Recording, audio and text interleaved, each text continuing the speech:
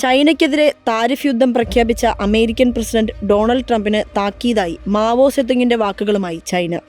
ജനകീയ ചൈനയുടെ സ്ഥാപകനായ മാവോ 1953 കൊറിയൻ യുദ്ധകാലത്ത് ചെയ്ത പ്രസംഗമാണ് ചൈനീസ് വിദേശകാര്യ വക്താവ് മാവോ നിങ് കഴിഞ്ഞ ദിവസം സാമൂഹ്യ മാധ്യമങ്ങളിൽ പങ്കുവച്ചത്. 1953 ഫെബ്രുവരി 7 ചൈനീസ് പീപ്പിൾസ് പൊളിറ്റിക്കൽ കൺസൾട്ടേറ്റീവ് കമ്മിറ്റിയിലായിരുന്നു മാവോയുടെ പ്രസംഗം.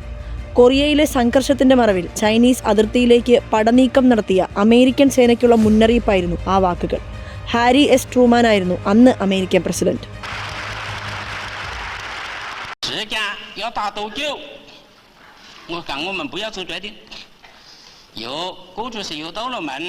以后是由俺是好人或者美国的将来的什么政策由他们去决定，就是说他们要打多久就打多久。